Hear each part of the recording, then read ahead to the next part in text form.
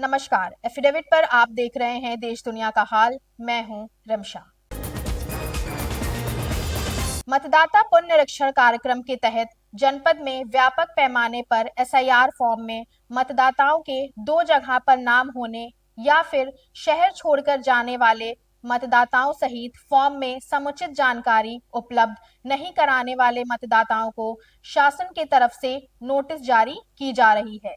जारी नोटिस के तहत मतदाताओं को अपना संपूर्ण विवरण और मांगे गए अभिलेखों के साथ अपने बीएलओ और संबंधित अधिकारी को देना होगा।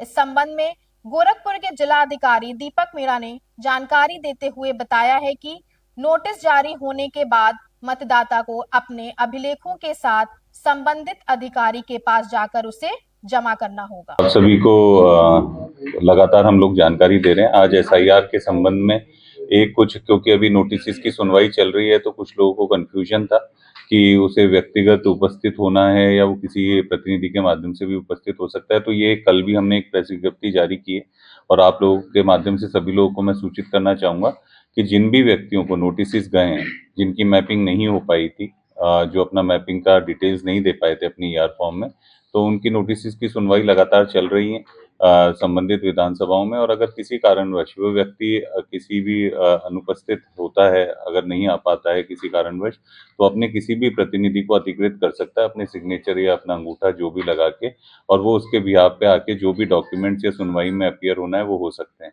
तो मुझे लगता है इससे काफ़ी लोगों को सहूलियत रहेगी। लगातार हियरिंग्स चल रही है। मेरा आप लोगों के माध्यम से लोगों को ये भी अपील है कि अपनी हियरिंग में ज़रूर आए।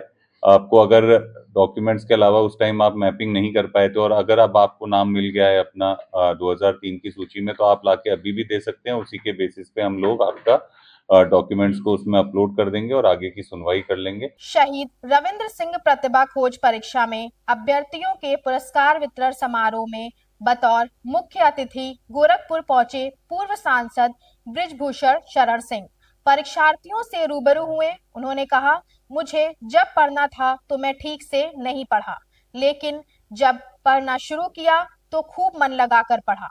आप भी मन लगाकर पढ़ें, अपना लक्ष्य साधें और उस लक्ष्य की प्राप्ति करें। मेरे यहाँ आने का मतलब यही है कि अगर मेरी बातों से थोड़ा सा भी परिवर्तन आपकी जिंदगी में आ जाएगा तो हमारा और आपका नाता जुड़ जाएगा। प्रतिभा खोज परीक्षा में प्रथम और द्वितीय स्थान प्राप्त करने वाले परीक्षार्थियों को सम्मानित किया और उनके उज्जवल भविष्य की कामना की। मीडिया कर्मियों से बात करते हुए प्रयागराज में शंकराचार्य विवाद पर उन्होंने कुछ भी बोलने से साफ मना कर दिया। अपने जन्मदिन पर राष्ट्र कथा कराए जाने के संबंध में उन्होंने कहा कि मैंने राष्ट्र कथा कराया था। मैंने राष्ट्र कथा कराया था और उस राष्ट्र कथा का जो सबसे सुखद पहलू है कि मैंने 52 जात के धर्म गुरुओं का चित्र लगाया था और 52 जात के धर्म गुरुओं से ही उसका उद्घाटन कराया था। तो 52 जात के धर्म गुरुओं से मैंने एक एक पीपल के वृक्ष लिए, कुछ और संत महत प्रसिद्ध संत महत देश के उनसे एक वृक्ष लिए। तो 101 पीपल के वृक्ष की प्रथम राष्ट्र कथा एवं सनातन वाटिका बना रहे हैं। और वो पेड़ जब तक रहेगा, किस धर्म गुरु ने, किस जात के धर्म गुरु ने वो पेड़ दिया है, उसको हम सुरक्षित रखेंगे, यानी उसका नाम लिख करके रखेंगे। ये राष्ट्र कथा जोड़ने के लिए थी और हम जोड़ने में सक्सेस रहे। लेकिन इस तरीके से अगर यूपी में और आप लोगों की मौजूदगी में इस तरीके से शंकराचार्यों के साथ होता है तो कितना जायज है? ये मेरा विषय नहीं है, उसमें बहुत विवाद है, हम नहीं बोलना चाहते। राहुल गांधी को लेकर आपका बयान वायरल हो रहा है कि पीएम नहीं बन सकते प्रज्ञा ठाकुर के बयान। यार अब कितना बोलवाओगे राहुल ठाकुर पर? कैसे बन सकते हैं पीएम यार? चुनाव के समय हिंदू हो जाते हैं और चुनाव के बाद गाली देते हैं। तो इस देश में क्या संभव है हिंदुओं को गाली देकर के कोई प्रधानमंत्री बन सकता है? सर, हिंदुओं के धर्म गुरुओं के ऊपर तो इस तरीके से अत्याचार भी तो हो रहा है। प्रयागराज वाले आप मुझको फंसाने की कोशिश मत करो, मैं इस विषय पर नहीं बोलूंगा, ये मेरा अधिकार क्षेत्र नहीं है। बाबा गंभीर नाथ प्रेक्षागृह में 24 जनवरी को उत्तर प्रदेश दिवस का आयोजन किया गया। इस अवसर पर गौ सेवा आयोग के उपाध्यक्ष जसवंत सिंह मुख्य अतिथि के रूप में उपस्थित रहे। उन्होंने कार्यक्रम को संबोधित करते हुए राज्य सरकार की उपलब्धियों पर प्रकाश डाला। उन्होंने बताया कि 24 जनवरी 1950 को संयुक्त प्रांत का नाम बदलकर उत्तर प्रदेश किया गया था। वर्ष 2017 से हर साल 24 से 26 जनवरी तक 3 दिवसीय उत्सव के रूप में उत्तर प्रदेश दिवस मनाया जाता है। इस दिन राज्य की समृद्ध सांस्कृतिक विरासत, ऐतिहासिक गौरव और विकास यात्रा पर जोर दिया जाता है। योगी आदित्यनाथ सरकार की स्वास्थ्य, शिक्षा, रोजगार और बुनियादी ढांचे में प्रगति से संबंधित योजनाओं को भी इस अवसर पर प्रदर्शित किया जाता है। बाल विकास पुष्टाहार, बाल विकास पुष्टाहार। आओ तुमको ICDS की बात बताएं। चलो VHSND के कुछ रोचक दृश्य दिखाएं। मैं हूँ एडम मैडम।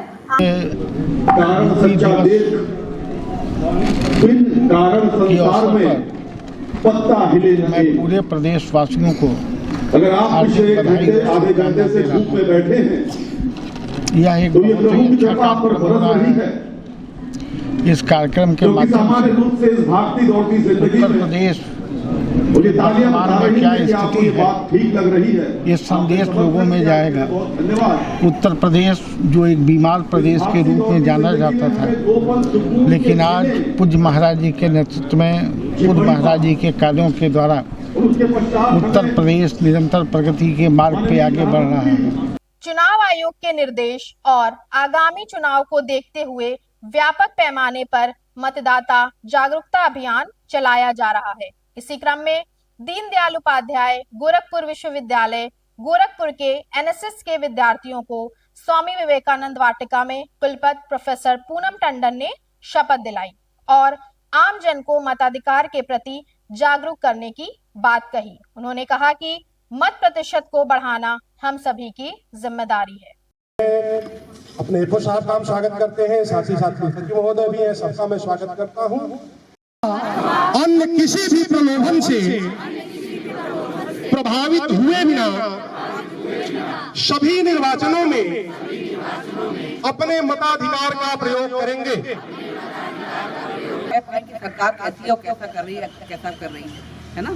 तो इसलिए युवा की बड़ी जिम्मेदारी है, क्योंकि आगे विकसित भारत की नींव आपके ऊपर है। कैसा देश आप चाहते हैं, ये भी जिम्मेदारी आपके ऊपर बड़ी जिम्मेदारी है। आप लोग देश को आगे ले जाएंगे तो मतदाता जागरूकता उसका एक बहुत अहम अंग है। छात्र हैं उनको मतदाता जागरूकता की शपथ दिलाई गई है। देखिए, मतदान बहुत ज़रूरी अधिकार है। Democratic country, biggest democracy of the world है।